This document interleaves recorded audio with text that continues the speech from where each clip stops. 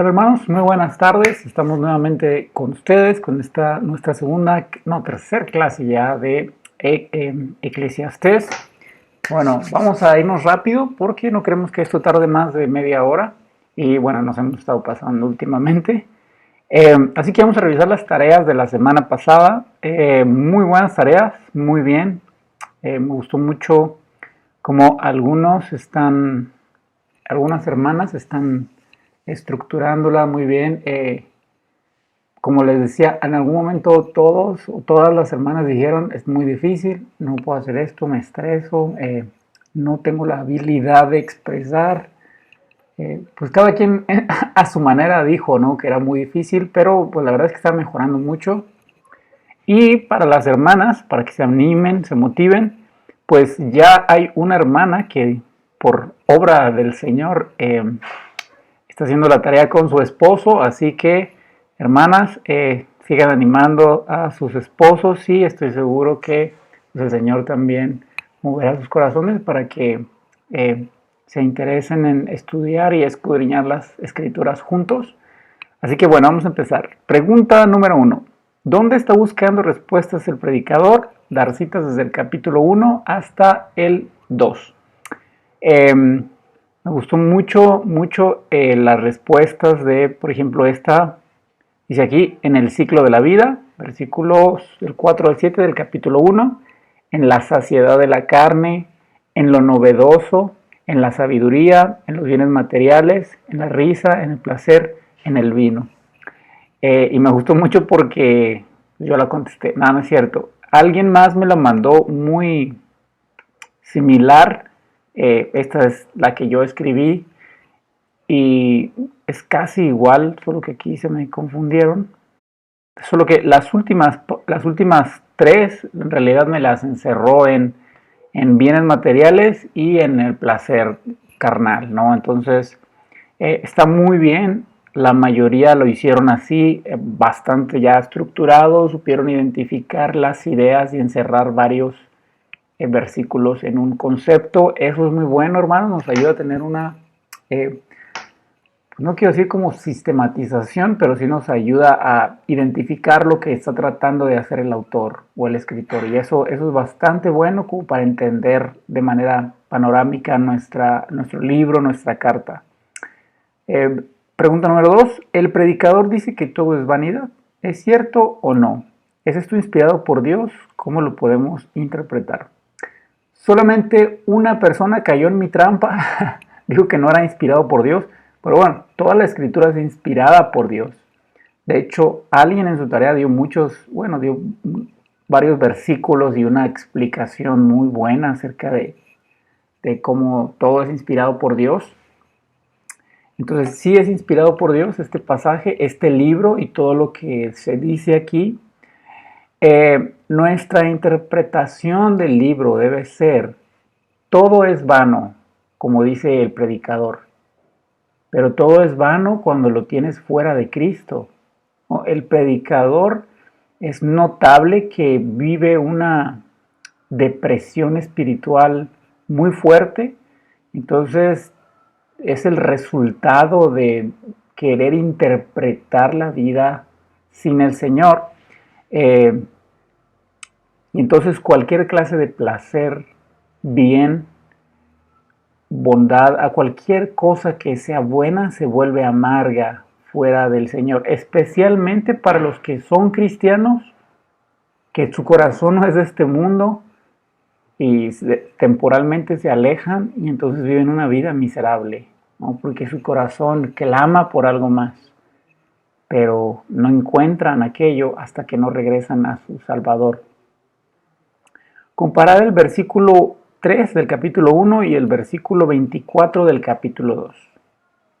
Y bueno, no, el versículo 3 dice que aprovechará el trabajo del hombre. Y el versículo 24 dice, esto he hallado, que es don de Dios que el hombre disfrute de su trabajo. Entonces, no son contradictorios, hermanos. Vamos a encontrar muchas aparentes contradicciones. Se llaman paradojas. Y la idea es que estas aparentes contradicciones realmente generan una tensión que es como una especie de colador para refinar la doctrina que se nos quiere enseñar. Entonces, ¿cuál es el punto de esto? Es fácil, hermano,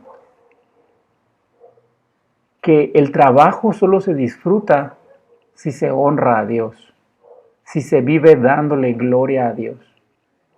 Si tú encuentras tu trabajo, lo encuentras como tu fuente de satisfacción, sí te va a satisfacer, pero momentáneamente. Si tú encuentras tu satisfacción en alguna clase de placer, que incluso si no es pecaminoso, como tener una esposa y disfrutar su compañía y la intimidad, sí te va a satisfacer, pero van a ser satisfacciones momentáneas, porque al final de cuentas lo único que puede satisfacer tu corazón es el Señor. Entonces el predicador se está contestando la pregunta, y de hecho debemos considerar esto muy seriamente, porque el predicador conoce la respuesta en teoría, pero en la práctica no la conoce, porque él sabe de dónde viene la satisfacción, pero no la tiene. Entonces es importante preguntarnos, ¿yo soy un cristiano teórico o soy un cristiano práctico? Pregunta número 4. ¿Qué cosas entregó el predicador, entregó a su corazón, y cuál fue el resultado? Dar versículos. Muy buenas respuestas. Qué bueno que están haciendo lo de los versículos. No deberíamos pedirlos, pero bueno, es bueno puntualizarlo. Pero siempre que demos respuestas es bueno apuntar el versículo. Es esto porque aquí dice en la Biblia. Di mi corazón a inquirir y a buscar con sabiduría lo que se hace debajo del sol. Entonces entregó su corazón a la sabiduría, entregó su corazón a su grandeza, en versículo 16, dedicó su corazón a la sabiduría, pero fíjate bien, no nada más a la sabiduría, a la locura y a los desvaríos. Entregó su corazón al placer, capítulo 2, versículo 1, entregó su corazón al vino, versículo 2, y entregó, dijo en su corazón, como sucederá al necio, me sucederá a mí también. Esta frase viene mucho, algunas personas, algunas hermanas la incluyeron en su tarea, otras no. Dije en mi corazón, es bueno incluirla porque aunque no dice que dedicó, al decir que dijo en su corazón es que abrazó aquella cosa que tomó como verdad, ¿no? Dije en mi corazón, como sucederá al necio, me sucederá a mí también. Aquello se volvió una verdad absoluta en su corazón y por lo tanto determinó cómo se sentía y cómo estaba viviendo. Entonces, pues realmente está dedicando su corazón a una verdad. Está tomando como verdad aquello que dice. ¿Cuáles son los resultados? Bueno, versículo 2, capítulo 2, a la risa dije, enloqueces, y al placer dije, ¿de qué sirve esto? El versículo 11, miré yo todas las obras que habían hecho mis manos y el trabajo que tomé para hacerlas, y aquí todo era vanidad y aflicción de espíritu. El necio y el sabio mueren, dije en mi corazón que esto también era vanidad. El necio y el sabio serán olvidados, por tanto aborrecí la vida, porque la obra que se hace debajo del sol era fastidiosa, por cuanto todo es vanidad y aflicción de espíritu. Versículo 18, aborrecí todo mi trabajo. Versículo 19, pues se dio cuenta que al final alguien se va a quedar con todo lo que él logró. Versículo 20, por tanto volvió a desesperanzarse mi corazón de todo mi trabajo. Versículo 21, otra vez, ¿no? Concluir que todo es vanidad y que no tiene sentido, que es un mal grande, porque al final cuando muere tiene que heredar todo aquello por lo que trabajó. Versículo 23, concluir que todos los días son dolores, el trabajo molestia. Y versículo 26, concluye algo bueno, que Dios le da sabiduría, ciencia y gozo a aquel a quien Dios agrada. En el capítulo 5, en el versículo 3, se nos dice que el predicador propuso en su corazón agasajar su carne con vino y que anduviese su corazón en sabiduría con retención de la necedad. Este es un punto muy importante y esperaba que lo masticaran un poquito más en la tarea. Yo creo que era la pregunta más profunda. Pero básicamente, y voy a leer la versión de La Palabra, es una versión española de la Escritura. Probé a regalar mi cuerpo con vino y a entregarme a la necedad sin renunciar a la sabiduría. Pero fíjate bien, dice el versículo 8, los placeres humanos y a tener una harem de concubinas. No, el versículo 10, no negué a mis ojos nada de cuanto deseaban, ni me privé de alegría alguna. Ahora, yo quiero comparar lo que está diciendo el predicador, de que él quería ser sabio, pero ser necio a la vez. Fíjate lo que dice Deuteronomio 17. El reino deberá poseer una caballería numerosa, ni hacer que el pueblo vuelva a Egipto para adquirir más caballos.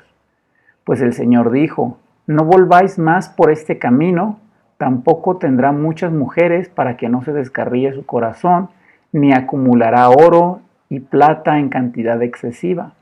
Cuando el rey tome una posesión del trono real, mandará que le hagan una copia del libro de la ley que está al cuidado de los sacerdotes levitas.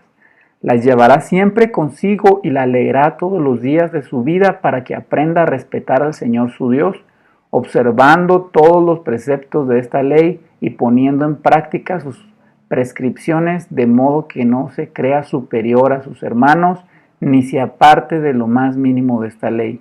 Así, tanto él como sus descendientes tendrán un largo reinado en Israel. Importante notar esto, para no sentirse superior a sus demás hermanos. Entonces, si te das cuenta, el predicador está haciendo todo lo que la ley dice que no haga.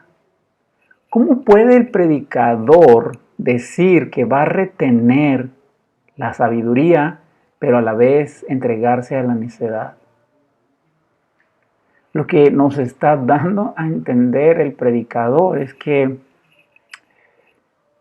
está pensando que la sabiduría es algo abstracto, algo que podemos diluir, que podemos poseer, que podemos manipular a nuestro antojo y conveniencia. Pero el apóstol Pablo, hermanos, nos explica bien lo que la sabiduría es. El apóstol Pablo no define la sabiduría como una cosa abstracta. La sabiduría es una persona. El apóstol Pablo dice que la sabiduría y el poder de Dios es Jesucristo mismo. Cuando nosotros desobedecemos a Dios, perdemos a Jesús, por decirlo de alguna manera. ¿Te acuerdas lo que dice Pablo? Que a él ahora tiene todas las cosas por basura para ganar a Cristo. Cuando nosotros dejamos de tener todas las cosas por basura, entonces empezamos a perder a Cristo. Entonces, ¿qué hizo este predicador? Empezó a ganar cosas terrenales y en ese proceso empezó a perder a Dios. Ahora no estamos hablando que una persona pierde su salvación. Estamos hablando de la comunión y de qué tan entregado y dependiente está el corazón del creyente. Entonces, obviamente, cuando un creyente empieza a entregarse a las cosas del mundo, pues va perdiendo su comunión con Dios, va perdiendo a Cristo. Y este es el gran error del predicador. Proverbios dice, el principio de la sabiduría es el temor a Jehová. El predicador no está temiendo a Dios, porque si temiera a Dios no haría todo lo que hizo. Hermanos, este hombre está viviendo un tiempo de sequía espiritual, de depresión espiritual muy profundo. Y al punto tal que ha trastornado su manera de ver la vida misma. Y su conclusión es, todo es vano. Hermanos, nunca separes los beneficios del benefactor. Su paz no puede separarse de su presencia. Su consuelo, su fortaleza, su poder, su sabiduría, su amor, su paciencia, la fe que Él nos da, la perseverancia, no pueden ser separados de su persona. Todas las cosas que disfrutamos de Dios, las disfrutamos porque disfrutamos de su presencia. No podemos disfrutar de los beneficios sin la presencia del benefactor en nuestras vidas. Hermanos, así como no se puede tener un matrimonio sin cónyuge, nosotros no podemos poseer sabiduría sin Cristo. O sea, no hay manera de tener un matrimonio si no tienes una esposa o un esposo. No te puedes casar contigo mismo, no te puedes casar con un objeto. Tiene que ser hombre y mujer. Te puedes casar con tu mascota. Eso no es un matrimonio. Por lo tanto, tú no puedes decir, retuve mi sabiduría, si estás viviendo en contra de los estatutos de Dios. Si estás ganando el mundo y perdiendo a Cristo. Entonces el predicador muestra una versión terrenal y falsa de lo que es vivir una religiosidad o un cristianismo tibio, a medias, diciendo, sí creo en Jesús, pero vivo ignorándolo. Sí le entregué mi corazón, pero nada más a veces, o nada más un ratito, o nada más un pedacito de él. Lo demás para el mundo y los placeres.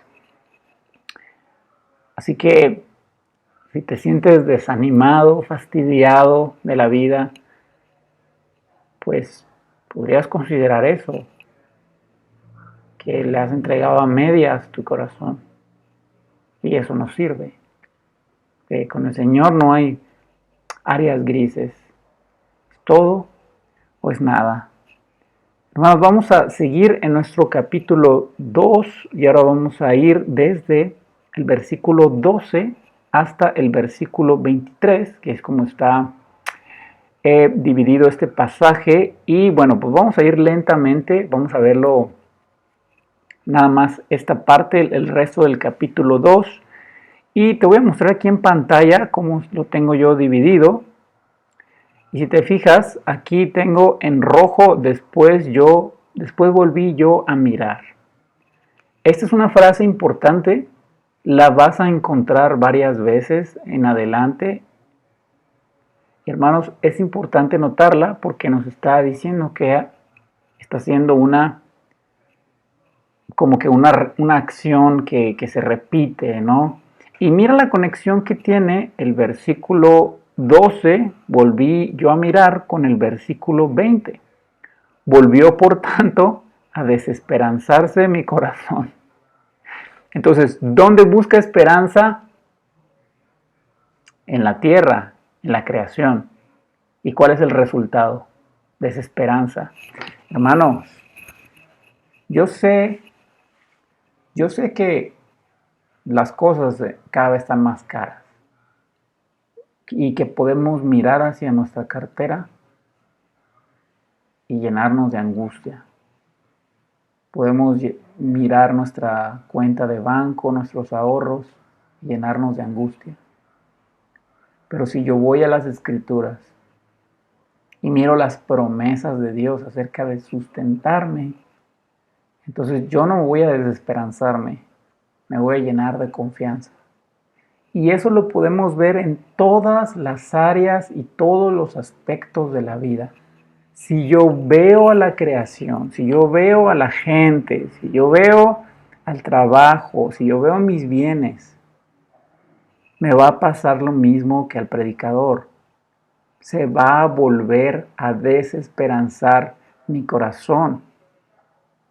Ahora, no nada más eso. Dice ahí que después volví yo a mirar. ¿Qué quiere decir? Que ya había mirado una vez. ¿Te acuerdas que el predicador está diciendo que el mundo es un ciclo, que siempre es lo mismo y que por eso es afanoso y no tiene sentido? Pero ¿qué está haciendo el mismo predicador? está siendo repetitivo en su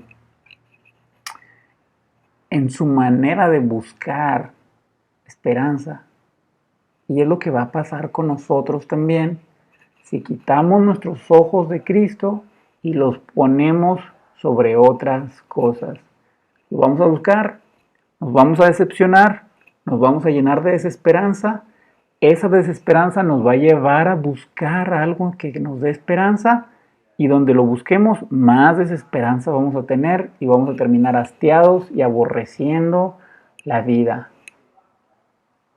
Es un círculo vicioso que vamos a encontrar de este predicador a lo largo de todo el libro, y es bastante triste. Entonces él volvió a mirar para ver la sabiduría y los desvaríos y la necedad. Y de hecho este pasaje pues es una comparación entre ambas cosas. Porque ¿qué podría hacer el hombre que venga después del rey? O sea, quiere decir aquí, ¿qué va a hacer el próximo rey que venga que no hizo ya el rey anterior? ¿Viste cómo es un ciclo? Él ya se había preguntado acerca de lo novedoso. Lo que existió ya fue y no hay nada nuevo. O sea, sigue en el mismo ciclo, otra vez argumentando lo mismo, que no hay nada nuevo. Nada, sino lo que ya ha sido hecho. Versículo 13, y he visto que la sabiduría sobrepasa la necedad, como la luz a las tinieblas. Entonces, otra vez, Eclesiastés es un libro inspirado por Dios. No está diciendo mentiras, está reflejando la realidad de mirar el mundo sin los ojos del Señor, de buscar en el mundo lo que solo se puede hallar en Cristo. Este libro no es un libro descriptivo en su mayoría, no es un libro prescriptivo, es un libro descriptivo. Entonces describe la condición de alguien que busca su esperanza en algo más que no es Dios. Versículo 14. El sabio tiene sus ojos en su cabeza, mas el necio anda en tinieblas. Pero también entendí yo que un mismo suceso acontecerá al uno como al otro. Hermanos, hay tres cosas que vamos a encontrar en este pasaje que desesperanzan, que desaniman al predicador. Y mira, es fácil encontrarlas. El primero es que sí hay un sabio y hay un necio, pero los dos se van a morir. O sea, la primera cosa que desanima al predicador es la muerte. Y luego, fíjate, ve en el versículo 16, porque ni del sabio ni del necio habrá memoria para siempre. O sea que el primero es la muerte, el segundo es el olvido. Número 3, versículo 18. Asimismo, aborrecí todo mi trabajo que había hecho debajo del sol, el cual tendré que dejar a otro que vendrá después de mí. Número 3, que lo que yo tengo, alguien más se lo va a quedar. O sea, que lo que tengo no es para siempre. Por más que yo me esfuerce, no lo puedo retener para siempre. Se acaba con la muerte. Seré olvidado y alguien más lo tendrá. Entonces, ¿por qué crees tú, y esta es una pregunta bastante profunda, ¿por qué crees tú que estas tres cosas desaniman al predicador? ¿Por qué el hecho de que todo se acaba con la muerte lo tiene tan irritado y tan decepcionado y tan desesperado y frustrado? ¿Por qué el hecho de que las cosas terrenales se acaban con la muerte lo lleva a este estado emocional? ¿Por qué quiere que haya memoria de él para siempre? ¿Y qué tiene de malo que alguien más se quede con todo lo que has trabajado? En primer lugar, hermanos, y yo creo que es el más fácil, habrá memoria para siempre. ¿Ustedes realmente creen que si sí hubiera memoria de este predicador, que pues de hecho sí la hay, porque al menos murió alrededor de unos 2500 años, y si sí es Salomón, pues casi 3000, poco más, poco más de 3000 años, entonces pues ha habido memoria de él de cierta manera, así que ni siquiera esto aliviaría realmente su pesar y su malestar. ¿No? Porque otra vez, él mismo está cayendo en sus argumentos, porque está buscando a través de la carne. ¿Y qué hace la carne? Nunca es suficiente. Entonces no es suficiente esta vida, no es suficiente después de la muerte. No es suficiente que tengan memoria 10 años, ni 20 años, ni 30 años, ni 100 años. Y finalmente no va a ser suficiente que nadie se quede con tu herencia, que tú te la quedes. Igual no era feliz, tuvo todo y no era feliz teniéndolo todo. Entonces las cosas que fastidian su corazón siguen siendo un engaño del corazón mismo. Aunque pudiera llegar a conseguirlas, llegaría a la misma conclusión del capítulo 1, donde sí lo consiguió, pero no lo hizo feliz. Hermanos, y de hecho, el hecho de que él está en este círculo vicioso de volví a ver y volví a ver y busqué otra vez y me volví a desesperanzar, nos muestra que es importante repetirnos esta verdad seguido, constantemente. Las cosas de debajo del sol no sacian el corazón. No lo saciaron en el tiempo de este rey, no lo van a saciar hoy, no lo van a saciar nunca. Y tienes que estar constantemente volviendo tu mirada de las cosas terrenales al Señor. Hermano, si tú quieres poner tu confianza y tu paz en tu negocio, en tu trabajo, en tus ahorros, no la vas a encontrar. No la vas a encontrar. No va a durar mucho tiempo.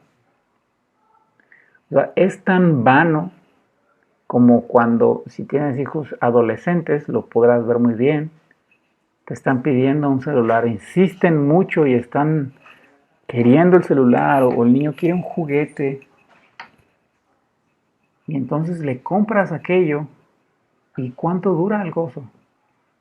¿Cuánto dura el tiempo que se mantiene jugándolo y novedoso? 3 días, un mes, 2 meses ya es demasiado. Pues pasa lo mismo ya de grande, nada más que no se ve tan obvio. ¿Sí? Consigues un mejor trabajo, pero después la paga es buena, pero después quieres más paga. Tienes un negocio y te empieza a ir bien, pero después quieres más. O con el bien del negocio vienen más cargas, más presiones, más estrés. Y entonces realmente la paz que buscabas pues, se vuelve un pesar mayor. Así que no caigamos en el ciclo vicioso en el que se encuentra el predicador. Lleva tus ojos a Cristo constantemente. El mejor ejemplo es el del dinero. Si yo miro en mi cartera para encontrar esperanza, tal vez la halle hoy, tal vez la encuentre mañana, pero es una esperanza muy endeble y temporal. Si hoy sí completé y mañana que no complete. Y a lo mejor no piensas en mañana, pero el mañana llega y piensas, ya es hoy. Hoy no completé. Se esfumó mi esperanza, estoy estresado, no tengo Salvador en el dinero. Lo tengo en Jesús nada más. Él es mi Salvador. Seguimos leyendo. Si se dan cuenta, aquí puse en amarillo, dije yo en mi corazón, hermanos, esta persona, este predicador está abrazando estas verdades a las que él ha concluido. 15. Como sucederá al necio, me sucederá también a mí. Entonces, ¿de qué sirve ser más sabio si todo se acaba con la muerte? Y sí, podríamos decir, bueno, pero la muerte del sabio es muy diferente que la del necio, en su mayoría. La vida del sabio es mucho más fructífera y feliz que la del necio. Sin embargo, parece que a este hombre eso no le es suficiente, ¿no? quiere que su sabiduría sobrepase la muerte. Y como dijimos, el único que hace eso, la sabiduría que puede hacer eso es Cristo mismo. Muy bien, pasando hasta el versículo 20, dice conclusión según debajo del sol. Entonces, desde el 20 hasta el 23. Esto también es muy, muy importante, fíjate. Volvió, por tanto, a desesperanzarse mi corazón acerca de todo el trabajo en que me afané y en que me había ocupado debajo del sol mi sabiduría. Que el hombre trabaje con sabiduría y conciencia y con rectitud y que haya de dar su hacienda a hombre que nunca trabajó en ello, esto es vanidad y mal grande. ¿No? Le parece injusto y de hecho le parece como que no tiene sentido. O sea, si yo quiero encontrar el sentido en trabajar, cuando sé que cuando muera se lo voy a dar a alguien más que no trabajó en ello, que quizá no lo va a valorar, entonces ¿para qué lo hago ahora? Esto es vanidad. Y luego dice el versículo 22, porque ¿qué tiene el hombre de todo su trabajo y de la fatiga de su corazón con que se afana debajo del sol? Porque todos sus días no son sino dolores y sus trabajos molestias, y aún de noche su corazón no reposa. Esto también es vanidad. Entonces, básicamente él está concluyendo según lo que su corazón percibe de la creación. El trabajo es vanidad, no sirve de nada, es fatigoso, es aflicción y es doloroso. Pero versículo 24, hermanos, empieza una conclusión diferente. Dice, no hay cosa mejor para el hombre, sino que coma y beba y que su alma se alegre en su trabajo. También he visto que esto es de la mano de Dios. Porque ¿quién comerá y quién se cuidará mejor que yo?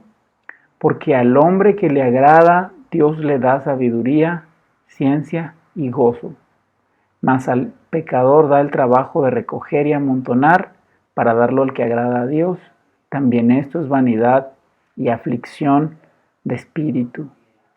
Hermanos, ¿qué ven de interesante aquí? En primer lugar dice, no, es que el trabajo es fatigoso, según lo que ve en la creación. Pero después hace una conclusión muy diferente según lo que ve de Dios. ¿Qué es? No, que el hombre verdaderamente puede disfrutar de su trabajo. Porque el que el hombre disfrute de su trabajo es un don de Dios. Ahora, pero fíjate bien, porque este hombre, ¿por qué no encuentra placer en su trabajo y satisfacción verdadera? Porque dice, porque el hombre que agrada a Dios le da sabiduría, ciencia y gozo, mas al pecador da el trabajo de recoger y amontonar. Hermanos, este hombre no encontraba satisfacción en lo que hacía y lo que tenía, porque iba en contra de Dios, porque no estaba honrando a Dios, no estaba agradando a Dios. Yo de verdad veo a veces gente así que se llaman cristianos, pero no viven una relación estrecha con Dios. Entonces, pues ni se entregan al mundo y a sus placeres, pero a la vez no se entregan a Cristo y al placer de conocerlo y glorificarlo.